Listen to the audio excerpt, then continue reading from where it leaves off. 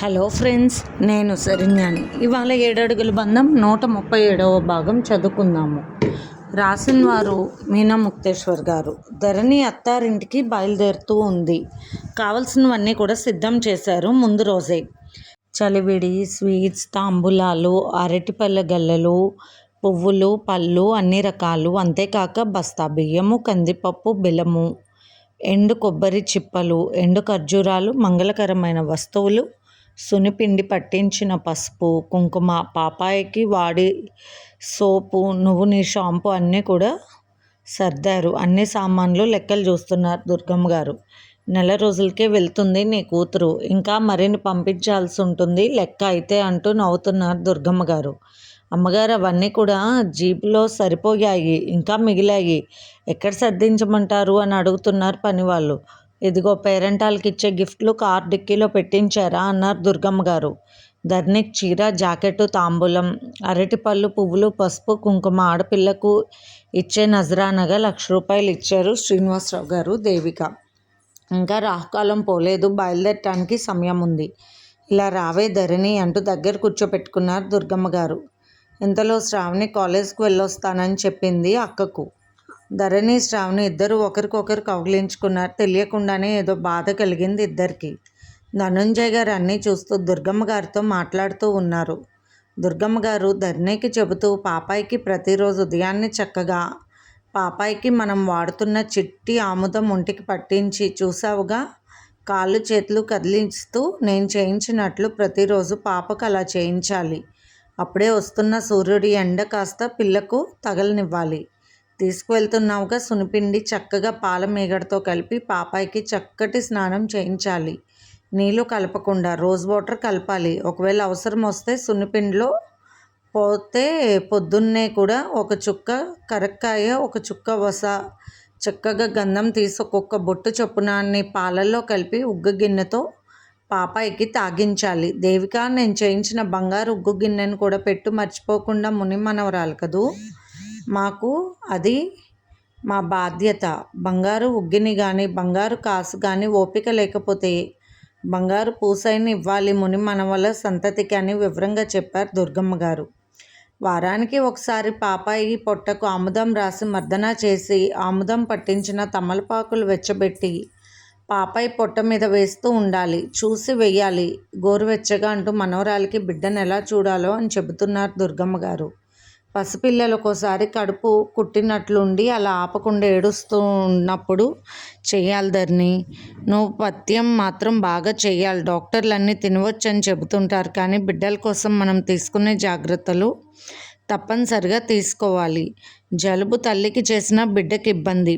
నీకేదైనా ఒంట్లో తేడా చేస్తే పాలకి ఇబ్బంది అవుతుందని పసిపాపకు, అందుకని చెప్పిన ఆహారం చెప్పినట్లుగా తీసుకో.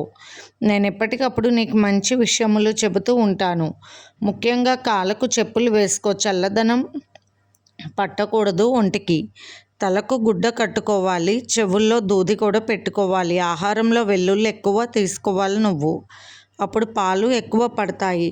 బాలింతగా ఉన్న నీ శరీరంలో కూడా మామూలు స్థితి రావటానికి మంచి మార్గం. చెప్పానుగా, పొట్లకాయ కూరలో వెల్లుల్లిపాయలు వేసి వండినది తినాలి. అలాగే కొన్ని కూరలన్నీ చెప్పాను నీకు. బాలింతరాలు 6 నెలలు పథ్యం చేయడమే మంచిది బిడ్డ కోసం. కడుపుతో ఉన్నప్పుడు తల్లి ఆరోగ్యం పట్ల ఎంత శ్రద్ధ వహించాలో అలాగే బిడ్డను కన్నాక బిడ్డ ఆరోగ్యం పట్ల అంతే శ్రద్ధ వహించాలి. తల్లి ఆరోగ్యంగా ఉంటే బిడ్డ ఆరోగ్యంగా ఉంటుందన్న సంగతి తెలుసుకోవాలి. పూర్వపు వాళ్ళ పథ్యాలు, ఆచారాలు, చాదస్తాలు అంటూ పాటించకపోవడం వల్లే చాలా వరకు నేటి పిల్లలు తొందరగా రోగాలకు గురి అవుతున్నారు. వారికి తల్లులకు కూడా వ్యాధి నిరోధక శక్తి తగ్గిపోతుందని గ్రహించుకోవాలి. మీ అత్తయ్య గారికి అన్నీ తెలుసు. తెలియనప్పుడు మేము ఎలాగో వస్తూ ఉంటాం కదా, అన్నీ చెబుతానని దుర్గమ్మ గారు మనవరాలు భుజం తట్టి మంచి విషయాలన్నీ చెప్పారు. భార్యాభర్తల సంబంధానికి కొంచెం దూరంగా ఉంటే మంచిది. నీకు ఆరోగ్యం హుషారుగానే ఉంది, ఇబ్బంది లేదు. అనుకున్నప్పుడు కూడా డాక్టర్ గారి ద్వారా త్వరగా గర్భం రాకుండా మాత్రలు వాడుకోవాలి. అటువంటి విషయాల్లో సిగ్గుపడాల్సిన అవసరమే లేదు. జాగ్రత్తలే అవసరం. అప్పుడే భార్యాభర్తల సంబంధం ఉండాలి. లేకపోతే త్వరగా కాన్పు వచ్చే అవకాశం ఎక్కువ ఉంటుంది. అది కూడా నార్మల్ డెలివరీ అయిన వారిలో త్వరగా గర్భం వచ్చే అవకాశం ఎక్కువ అని వివరంగా చెప్పారు దుర్గమ్మ గారు. ఇక రాహుకాలం కూడా పోయింది, బయలుదేరి వచ్చంటూ దుర్గమ్మ గారి దంపతులు ఆనంద్ గారు సుప్రజ ధరణితో బయలుదేరారు. ఏమిటో తెలియకుండా బాధగా అనిపించి కన్నీళ్ళు వచ్చాయి దేవిక గారికి.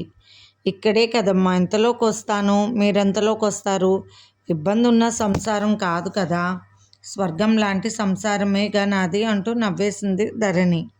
సరే మరి, రేపు మాకు ప్రయాణం ఉంది తెలుసుగా, సాయంత్రం 4 గంటలకే ఫ్లైట్ అని చెప్పారు శ్రీనివాసరావు గారు. ఎక్కడికి వెళ్ళినా ధరణికి ముందు చెప్పి వెళ్ళటం రాజశేఖర్ నిలయంలో ప్రతి ఒక్కరికి అలవాటు. అది మొదటి నుండి ఆనవాయితీగా వస్తుంది వారింట్లో. ఆనాడు వెళ్ళొస్తానని చెప్పిన ధనుంజయ్ గారు సంవత్సరాల తరబడిన రాకపోవడంతో ధరణి యొక్క గొప్ప జాతకాన్ని బట్టి ఎక్కడికి వెళ్ళినా తనకు చెప్పనిదే వెళ్ళకూడదని దుర్గమ్మ గారు చేసిన అలవాటు వచ్చింది. అలా వారింట్లో కావలసినవన్నీ తీసుకుని బయలుదేరబోతూ వసుంధర నిలయానికి ఫోన్ చేసింది ధరణి. బయలుదేరుతున్నాము, అత్తయ్య గారికి చెప్పండి, ముందే తెలియచేయమన్నారన్నది ధరణి నవ్వుతూ. తన ఇంటికి వెళ్తున్నానని ఎంతో ఆనందంగా ఉంది. కొత్త పెళ్లి కూతురుగా తన అత్తగారింటికి వెళ్ళినప్పుడు ఆ ఇంటిని చూసి మురిసిపోయింది. ఆ ఇల్లు ఒక ప్యాలెస్ లాగా, ఒక దేవాలయం లాగా అనిపించింది ధరణికి. అలా ఎప్పుడు వెళ్తున్నా అదే ముచ్చట ఆమె మనసులో ఉంటుంది. కృష్ణవర్మకు జ్వరం తగ్గడంతో ఉదయాన్నే లేవడమే, అన్ని గదులను పని వాళ్ళతో శుభ్రం చేయించి ఒక రకమైన రూమ్ స్ప్రేలు కొట్టించి ఏమాత్రం ఎవరికి ఇబ్బంది లేకుండా, ఇన్ఫెక్షన్స్ రాకుండా ఒక డాక్టర్గా శ్రద్ధ తీసుకున్నాడు. తర్వాత వస్తానన్నయ్య అంటూ టిఫిన్ చేసి బయలుదేరాడు. శ్రావణి కాలేజ్కి వెళ్ళింది, అక్కడికే బయలుదేరాడు కృష్ణవర్మ. వసుంధర నిలయం కలకల్లాడుతూ ఉంది. ధరణి వాళ్ళు రావడమే పాపను ఎత్తుకున్న ధరణిని నిలబెట్టి ఒక పెద్ద ముత్తైదుతో దిష్టి తీయించారు వసుంధరాదేవి గారు. మనవరాల్ని చూసుకుని తెగ మురిసిపోతున్నారు వసుంధరాదేవి గారు. ధనుంజయ్ గారు, దుర్గమ్మ గారు, ఆనంద్, సుప్రజ అందరూ కూడా ధరణి వెంట నడిచారు వసుంధర నిలయంలోకి. పాపాయిని అక్కడ పెట్టిన తర్వాత పూజా మందిరానికి తీసుకువెళ్ళారు కోడల్ని వసుంధరాదేవి గారు. అందరినీ కూర్చోమని గౌరవంగా చూస్తున్నాడు రవివర్మ. వారికి మంచినీళ్ళు ఇచ్చి మాట్లాడుతూ ఉన్నాడు. దుర్గమ్మ గారు, ధనుంజయ్ గారు రవివర్మతో మాట్లాడుతున్నారు. కృష్ణవర్మ ఆరోగ్యం గురించి అందరి మాటలు సాగుతున్నాయి. వసుంధరాదేవి గారు దేవుడి గదిలోకి తీసుకువెళ్ళిన కోడలతో దీపారాధన చేయించారు. ఆ తర్వాత పరవన్నం పెట్టించి కోడలతో హారతి ఇప్పించి అక్కడ అమ్మవారికి అలంకరించిన అతి ఖరీదైన వజ్రాల హారం కోడలి మెడలో వేశారు. చెప్పాను కదూ, మొట్టమొదలుగా ఆడపిల్లను కంటే లక్ష్మీదేవిని ఇచ్చినట్లే భావిస్తానని, అందుకే అంతటి భాగ్యాన్ని ఇచ్చిన నా కోడలికి ఇది నా కానుక అంటూ కోడలికి ఆ హారాన్ని వేసి దగ్గరకు తీసుకుని ముచ్చటపడ్డారు వసుంధరాదేవి గారు. ఏ జన్మలో చేసుకున్న పుణ్యమో ఇటువంటి ఉత్తమల ఇంటికి కోడలుగా వచ్చాను. అత్తగారంటే ఇలాగే ఉండాలేమో ప్రతి కోడలికి, అప్పుడు ఏ ఇబ్బంది ఉండదు. నిజంగా అత్తగారిని ఎప్పుడెప్పుడు చూడాలని కూడా అనిపించింది ధరణికి పుట్టింటి నుండి వచ్చేటప్పుడు అని. ఒక క్షణకాలము ధరణి ఒక రకమైన సంతోషంతో కూడిన ఎమోషనల్గా ఫీల్ అయింది. రామ్మ అంటూ అందరికీ అమ్మవారికి పెట్టిన ప్రసాదం పాయసాన్ని ప్రతి ఒక్కరికి పెట్టమని ధరణికి చెప్పారు వసుంధరాదేవి గారు. ధరణి తన మెడలోని హారాన్ని చూపిస్తూ ఇంటికి అందరికీ చెప్పింది. తన అత్తగారు తనకు కానుకగా ఇచ్చారంటూ ఆనందంగా. అందరూ చాలా మెచ్చుకున్నారు వసుంధరాదేవి గారిని. ఇంటిలో ఆప్తులు వచ్చినప్పుడు వారికి ప్రత్యేకమైన వెండి సామాగ్రిలోనే అన్నం పెట్టిస్తూ ఉంటారు. అలాగే వెండి గిన్నెలలో పరమన్నం పెట్టి వెండి స్పూన్లు కూడా వేసి అందరికి ఇచ్చింది ధరణి. ధరణి వైపు ముచ్చటగా చూసుకుంటున్నాడు రవివర్మ. పనివాళ్ళు ధరణి తీసుకొచ్చిన సారే సామాగ్రి అంతా కూడా వసుంధరాదేవి గారు పెట్టమన్న చోట పెడుతూ ఉన్నారు. వసుంధరాదేవి గారు 21 ముత్తైదువులను పిలిపించారు, ఫ్యాక్టరీకి సంబంధించిన వాళ్ళను. ఆమె ఎవరికి ఏదైనా ఇవ్వాలి, పంచాలి, కానుకలు అనుకుంటే ముందుగా తన ఫ్యాక్టరీలో వర్క్ చేస్తున్న వర్కర్స్ భార్యలను, వారి కుటుంబ సభ్యులను పిలిచి వారికి ఇస్తుంది కానుకలు. ఆ తర్వాత చుట్టుపక్కల వారికి వారితోనే పంచమని పంపిస్తూ ఉంటారు. అలా 21 మంది ముత్తైదువులు వచ్చారు. తీసుకొచ్చిన తాంబూలాల ప్యాకెట్లన్నీ కూడా సిద్ధం చేస్తూ ఉన్నది సుప్రజ. పేరెంటాల సహాయం తీసుకుని అందరికీ పూలు అలంకరించుకుని ఇత్తడి గిన్నెలను తీసుకొచ్చారు గిఫ్టులుగా. ప్రతి ఒక్కరికి ఆ గిన్నెల్లో తాంబూలం, చలివిడి అన్నీ కూడా పెట్టి జాకెట్ ముక్కలు, మిగిలిన మంగళకరమైన వస్తువులు పెట్టి సక్రమంగా అందరికి వచ్చేలాగా చెప్తూ సర్దిస్తుంది సుప్రజ దగ్గరే కూర్చుని. వసుంధరాదేవి గారు సుప్రజాని అక్షతలు కలపమని చెప్పారు. తర్వాత ధరణిని పాపాయిని ఎత్తుకోమని చెప్పి ఒక కుర్చీలో కూర్చోబెట్టి తాంబూలాలు 21 మందికి ఇప్పించి వారితో అక్షతలు వేయించారు. చుట్టుపక్కల 150 ఇళ్ళు దాకా పేరంటాలు ప్యాకెట్లు తీసుకుని ఎవరు వెళ్ళే దారిలో వారు వెళ్ళి ఆ తాంబూలాలు పంచడానికి బయలుదేరారు. రవివర్మ జీపును ఇచ్చి డ్రైవర్తో ఎక్కడెక్కడ పంచాలో పని వాళ్ళను కూడా సాయంగా ఇచ్చి పంపించారు. అందరూ కూర్చుని హడావుడు తగ్గిన తర్వాత మాట్లాడుకుంటూ ఉన్నారు. దుర్గమ్మ గారు అన్నీ మంచి చెడ్డ మాట్లాడారు. పాపాయికి చూడవలసిన విషయాలు చెప్పారు. వసుంధరాదేవి గారు ఎప్పుడూ అయిపోయింది ఆ కాలం, మళ్ళీ ఇప్పుడు ప్రతి విషయం కొత్తగా ఉందమ్మా. ఏదైనా తెలియకపోతే ధరణి మీకు ఫోన్ చేసి తెలుసుకుంటుంది. మీరు చెప్పినట్లు నేను చేస్తానని చెప్పి నవ్వారు వసుంధరాదేవి గారు. రవివర్మ పాపాయిని ఎత్తుకాని ముద్దులాడుతూ తన గదిని చూపించి, ఇదే నీ రాజమహలు, ఇదిగో నీ యువరాణి, నీ అంతఃపురం అంటూ ప్రత్యేకంగా పాపాయి కోసం ఎంతో చక్కగా అలంకరించిన గదిలోకి తీసుకువెళ్ళాడు పాపను రవివర్మ. వెనకే వెళ్ళిన ధరణి నవ్వుతూ ఉంది. తగిన వాళ్ళు దొరికినప్పుడు ప్రతి పని కూడా ఎంతో అందంగా ఆనందంగా ఉంటుంది. 10 కాలాల పాటు నిలుస్తుంది. 10 మంది గొప్పగా చెప్పుకునేలా ఉంటుంది. అలా రాజశేఖర్ నిలయం సభ్యులు ఆడపిల్లలకు చేసే పేరంటాల పండగలు అన్నీ కూడా అందరూ గొప్పగా చెప్పుకునేలాగా ఉన్నాయి. క్లాస్లో కూర్చున్న శ్రావణి అక్క వెళ్ళిపోయి ఉంటుంది. కృష్ణవర్మ గారు ఇంటికి వెళ్ళారా? హాస్పిటల్కి వస్తే తన దగ్గరకు క్లాస్ రూమ్కి రాకుండానే ఉండరే అని ఆలోచిస్తూ ఉంది. అంతలోనే కృష్ణవర్మ వచ్చారు క్లాస్ రూమ్లోకి. జ్వరానికి ముఖం అంతా పీకేసింది. చాలా తగ్గిపోయారని బాధపడింది శ్రావణి. ఏవండి అన్నట్లు చూసింది. కృష్ణవర్మ శ్రావణి దగ్గరికి వెళ్ళి, ఏమిటి అందరూ ఉన్నారు కదూ, తర్వాత మాట్లాడుకుందామని చాలా చిన్నగా చెప్పి వెళ్ళారు. మీరు మరీ తగ్గిపోయారని మనసులో చాలా బాధపడింది శ్రావణి.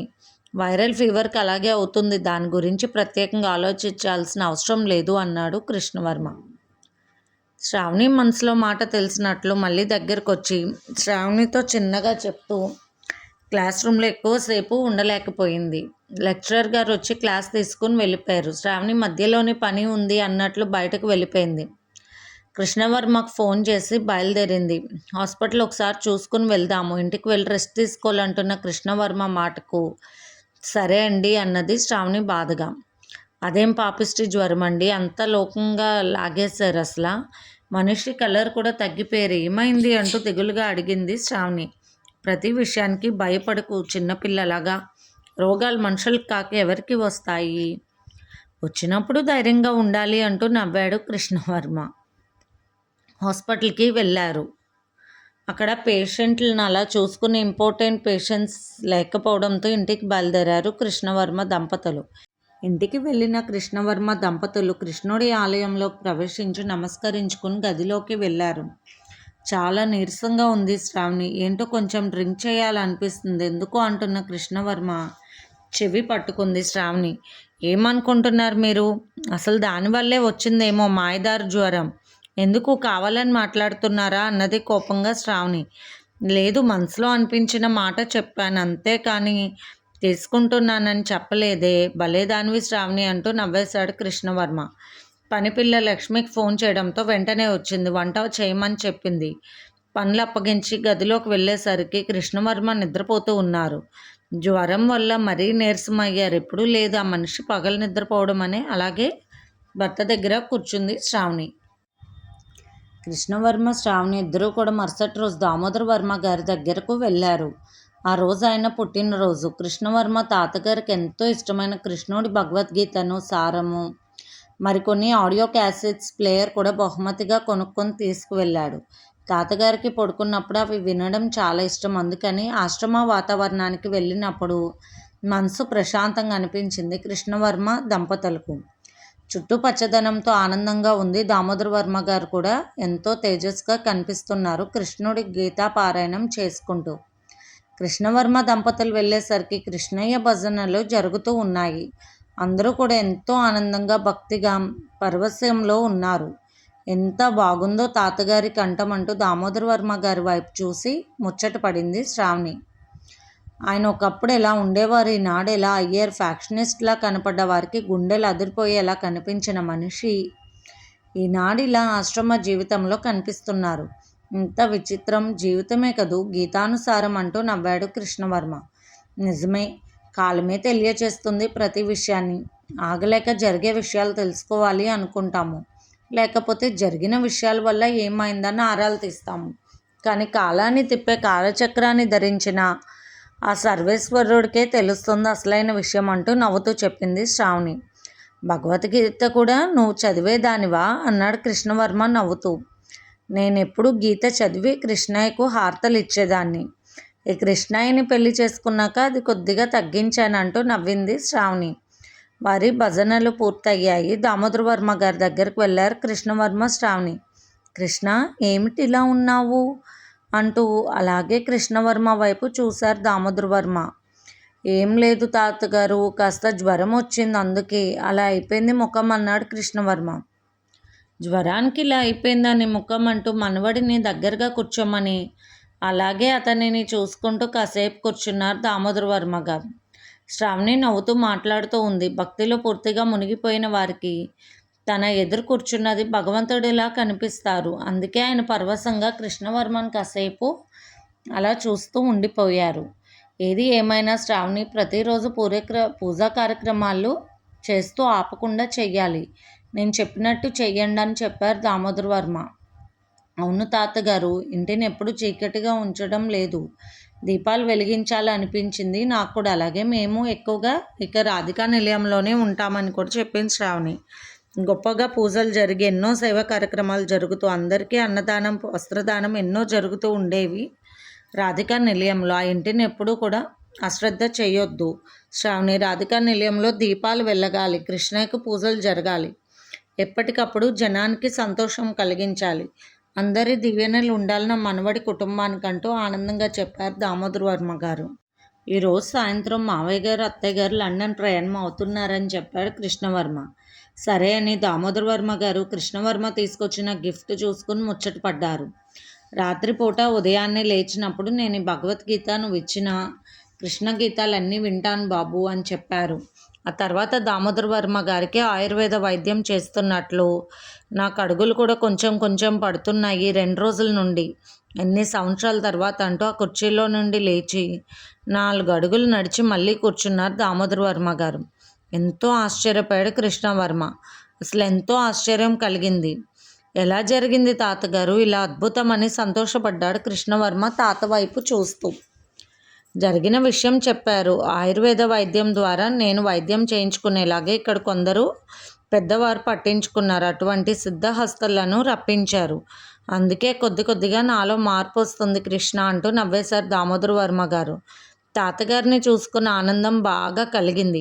శ్రావణి, నీ ఆరోగ్యం కూడా జాగ్రత్త, ఇద్దరూ కూడా ఆనందంగా ఉండండి. రాధికా నిలయాన్ని, ఆ ఇంటి పద్ధతులను అన్నీ తెలుసుకోమ్మా. ప్రతి విషయాన్ని కూడా తెలుసుకుని ఆ విధమైన ఆచారాలు ఆచరించాల్సిందే అని వివరంగా చెప్పారు దామోదర వర్మ గారు. తెలుసో తెలియకో కొన్నాళ్ళు ఫ్యాక్షనిస్ట్గా ఉండి చెడ్డవాళ్ళైనా కూడా కొందరిని నా చేతులతో హింసించడం జరిగింది.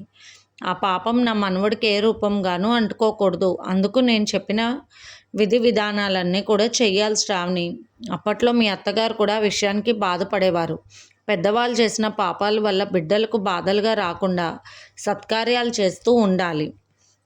రాధికా నిలయంలో ఎప్పుడూ అన్నదానాలు, వస్త్రదానాలు, పేదలకు విద్యాదానాలు అలా చేస్తూ ఉండాలి. అంతేకాక ఉచిత వైద్యం కూడా వారికి చేయించాలి అనేది. అందుకే నేను కూడా ఆశ్రమ జీవితంలో నాకు అంటుకున్న కొన్ని పాపాలను తొలగించుకోవాలని వచ్చానని వివరంగా చెప్పారు దామోదర వర్మ గారు.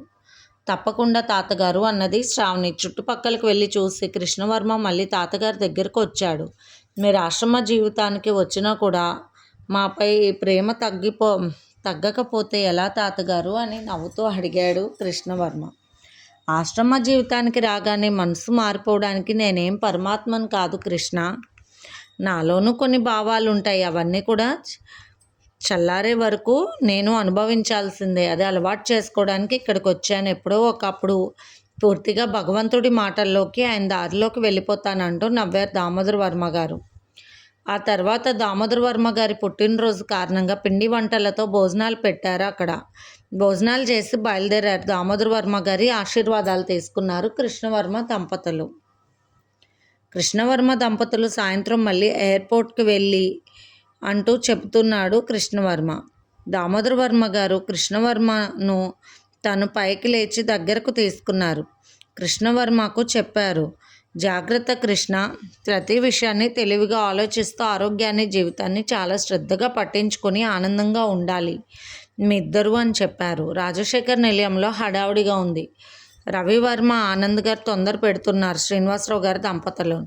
శ్రావణి వాళ్ళు రానేలేదు అంటున్నారు దేవిక గారు. ఎయిర్పోర్ట్కి వచ్చేస్తామని మెసేజ్ పెట్టారు మావయ్య గారు అని చెప్పాడు రవివర్మ. అందరికీ ఫోన్ చేసి చెప్పింది. రాజాతో కూడా మాట్లాడారు దేవిక శ్రీనివాసరావు గారు.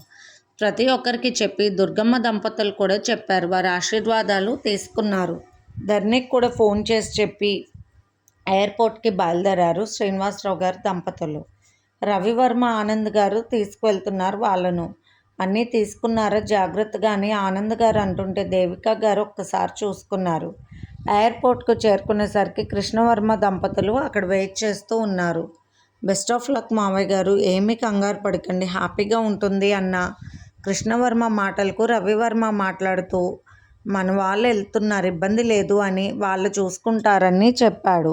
దేవిక గారు కృష్ణవర్మ గారి వైపు చూసి ఆరోగ్యం జాగ్రత్త నాయనా, ఒక రకంగా ఉన్నారంటూ బాధపడింది. శ్రావణి, అమ్మ ఏమీ ఆలోచించవద్దు, హ్యాపీగా ఉండు. గీతికక్క దగ్గర కొన్నాళ్ళు ఎప్పుడూ ఊరెళ్ళలేదు, మీరు ఇప్పుడే దేశమే దాటి వెళ్తున్నారు, హ్యాపీగా ఉండండి అంటూ నవ్వుతూ చెప్పింది శ్రావణి. విమానం సరైన సమయానికి గాల్లో ఎగిరింది. అప్పటి వరకు అక్కడే ఉండి టాటా చెప్పి బయలుదేరారు. ఆనంద్కి కళ్ళనీళ్ళు వచ్చాయి. ఏమిటో అన్నయ్య లేకుండా ఎప్పుడూ లేను, నేను ఒంటరిగా వెళ్ళి కాలేజీ చదివేనే తప్ప ఇన్ని సంవత్సరాల నుండి ఎప్పుడు కూడా అన్నయ్య ఇల్లు వదిలిపెట్టి ఎక్కడికి వెళ్ళలేదు అంటూ ఉన్నారు. రవివర్మ గారు నవ్వుతూ, ఇక చిన్న మావయ్య గారు అన్ని బాధ్యతలు తీసుకోవాలి మరి తీసుకోవాలని చెప్పారు రవివర్మ. కృష్ణవర్మ వైపు చూస్తున్న రవివర్మ మాట్లాడుతూ, కృష్ణవర్మ హుషారుగా ఉండాలి నువ్వు, ఎందుకు శ్రావణి నీ అల్లరితో ఏడిపించకుండా మా తమ్ముని జాగ్రత్తగా చూసుకోవాలి నువ్వని నవ్వుతూ చెప్పారు. రవివర్మ ఆనంద్ గారు బయలుదేరారు. కృష్ణవర్మ దంపతులు రాధికా నిలయానికి వెళ్ళిపోయారు. శ్రావణి స్నానం చేసి దీపారాధన చేసుకుని అక్కడ భగవద్గీతలోని శ్లోకాన్ని భక్తిగా చదివింది.